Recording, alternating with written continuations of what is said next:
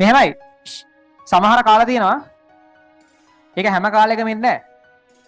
සමහර කාල තියෙනවා ඒ කාලේ මහන්සි වුණොත් ජීවිතේ ගොඩාක් කාලවල කරපු නැති ඒ කියන්නේ. ඒ කාලේ මහන්සි වුණොත් සමහර වෙලාවට ඕගොල්ලන්ගේ සමහර කාලවලදී වෙච්ච අඩුපාඩු ඔක්කොම මැකිලා ගිහිල්ලා වැඩේ කොට දාන කාල තියෙනවා. සමහර කාල තියෙනවා ජීවිතේ වැදගත් සිදුවීමක් වෙන්නේ නැහැ. ඒ කාලවලදී වැඩි මහන්සි වුණාට වැඩකුත් නැහැ. සාමාන්‍ය විදිහට ජීවත් වෙන්න තියෙනවා. උදාහරණයක් විදිහට නංගිලා මල්ලිලා නම් 6 වසරේ ඉඳන් 9 වසර වගේ කාලවලදී 10 වසර වගේ කාලවලදී උන්ට උගන්වන්න දෙපා. පන්ති මගුලන් නෙමෙයි උන්ට සෙල්ලම් කරන්න දෙන්න. උන්ව ස්පෝර්ට් එකක් කරන්න දාන්න, සංවේගයකට දාන්න, වලියකට යවන්න. හරිද? ඒ කියන්නේ නිකන් උන්ට ජීවිතේ කියන්නේ ජීවත් වෙන්න දෙන්න ඒ ටිකේ. ඒකේ කිසි දෙයක් නැහැ. දැන් හොඳට ලකුණු ගත්තා කියනකොට එක දිගට 95 6ක් විතර තියෙනවා. දැන් ඔක්කොම සෙක්ෂන් ෆස්ට් මොකද්ද වෙන්නේ? ඇවිල්ලා ඒ ලෙවල් හොම්බෙන් යනවා. එච්චරයි. වැඩක් නැහැ. ඒ වගේ කාලවලදී උන්ගේ ජීවිතේ ජීවත් වෙන්න දෙන්න නංගිල මල්ලිලා ඉන්නවනේ. මගේ නංගි මල්ලි දෙන්නම මේ වයසට ඉන්නේ. උන්ට මෙලෝ අධ්‍යාපනයක් නැහැ. හරිද? තින්නේ 30 පන්ති ඉන්නේ 40 ගණන් උන් 30 ගණන්. හරිද? දෙන්නෙක් ඇවිල්ලා නැතුව හරි එහෙම කේස්. එතකොට මේ දැන් ඊට පස්සේ තීරණාත්මක කාලය එනවනේ. O level කියන්නේ තීරණාත්මක නෑ. 11 වසර වගේ නම් චුට්ටක් බලන්න ඕනේ.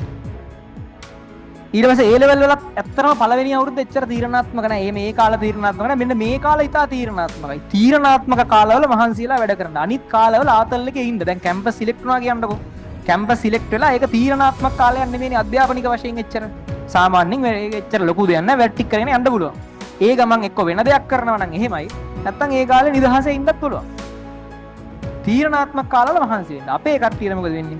6 වසරේ ඉඳන් මානසික කරලා ගියාම 9 වසරට උට මහන්සි. දැන් තීරණාත්මක කාලේනකොට උට මහන්සි. හැමදාම එක වෙන්න. හරිද? ඊට පස්සේ A level දැන් එතකොට තීරණාත්මක කාල ඇත්තටම බලන්න තීරණාත්මක කාලවලදී ගොඩාක් වෙලාවට ගේම ගහන්නේ ඒ වෙනකන් සද්දයක් නැතුව හිටපිය.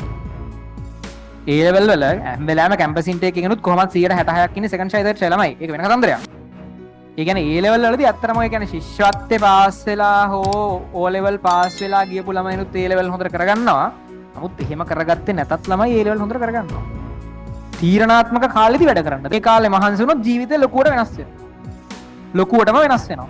තමන් ඉස්සරහට යන සියලු පාරවල් පෝසස් ජීවත් වෙන විදිය ඉන්න රටවල් ජීවත් වෙන රටවල් පදින වාහන ඉන්න ගෙවල් අම්මලා තාත්තලාගේ අනාගතයේ සියලු දේවල් වෙනස් වෙනවා. මං කියන්නේ මේක මත මුළු ජීවිතේම රඳාපවතිනවා කියලා. නමුත් මේක මත ජීවිතේම රඳාපවතින ලොකු සම්භාවිතාවයක් තියෙනවා. A level fail වෙච්ච එකේ කිඟන්නෙක් වෙන්නේ නැහැ.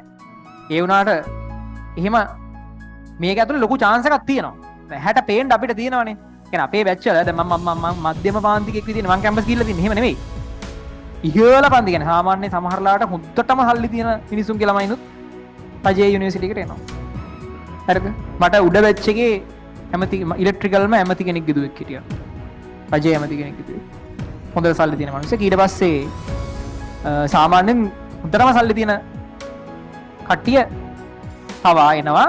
ලංකාවේ ඉන්න ලොකුම කන්සල්ටන්ට්ලාගේ ඉන්ජිනියර්ස්ලාගේ එහෙම ළමයිනුත් එනවා. අන්තිමට අර හොඳටම දුප්පත් වගාවක් කරලා ළමයාට කණ්ඩ බොණ්ඩ දෙන අම්මගේ තාත්තගේ ළමයක් වෙනවා. අන්තිමට උන් හැම එකම ඉංජිනේරුවෙක් විදිහට දොස්තර කෙනෙක් විදිහට එළියට ගිහලා ඊට පස්සේ උන්ගේ ජීවිතේ ගොඩක් වෙලාවට එක හා සමානයි. එක ලෙවල් එකක උන් ජීවත් වෙනවා. සමාජයක් වෙනස් කරන කතන්දරයක් මේක. හරිද? ඒකට දවසක් මැරෙන්න බැයි නම් වැඩක් නැහැ. මැරෙන්නම ඕනේ මේක. තමන්ගේ උපරිමයේ කරන්න ඕනේ. දැනුත් කාලය කනවා නම් දැනුත් වෙලාව යනවා නම් අරවට මේවට Facebook එකට හෝ මොනවා හරි කියන Facebook යන්න එපා කියනවා නෙමෙයි. ස්ට්‍රෙස් එක නැති වෙන්න ඕනේ. ඒක හරි. අනවශ්‍ය දේවල් වලට වැය වෙන කාලේ දවසකට පැය 6ක් 7ක් තියෙනවා නම් ඇත්තටම ෆෝන් එක බලන්න විතරක්ම නෙමෙයි. නිකන් ඔහේ ඉන්න ගතවන කාලේ 6ක් 7ක් තියෙනවා නම් ඔන්න ඊටාම අකාර්යක්ෂමයි. දැම්ම හදන්න මේ වැඩේ. මේ මහන්සියලා කරපු නැති දෙයක් කරන්න කියන්නේ ජීවිතේ කවදාවත් කරපු නැති තරම් මේකේ මහන්සි වෙන්න. ඒතර කරපු නැති තැනකට යන්න පුළුවන්, ගියපු නැති තැනකට යන්න පුළුවන්. මේ ටික සෙල්ලම් කරන්න එපා අනිවාර්යෙන්ම ඊටාම තීරණාත්මකයි. ඊට පස්සේ ඒක හොද්දට කරගෙන ඊට පස්සේ ආයි සෙල්ලම් කරන්න. එහෙම නැත්තම් වැඩකුත් නැහැ. ඒ ලෙවල් කරලා ඉවරලා ආයි දෙතරින් එහාට පාඩම් කරනවා නම් ඒ වැඩකුත් නැහැ. ඒ ලෙවල් කරලා ඉවරලා ඒ තමන්ගේ තීරණාත්මක කඩින් පැනලා ඊට පස්සේ තමන් ආතල්ලගේ ජීවත් වෙන්න. ඊට පස්සේ ආයිත් ඒක තීරණාත්මක අවස්ථා සමහරලාට එනවා නම් ඒ වෙලාවට දවස් දෙකක් මහන්සියලා වැඩ කරන්න එහෙමයි. මේක නිකන් අතාරින්න එපා ඈ. මතක තියාගන්න තීරණාත්මක අවස්ථාවල හරියට වැඩ කරන්න.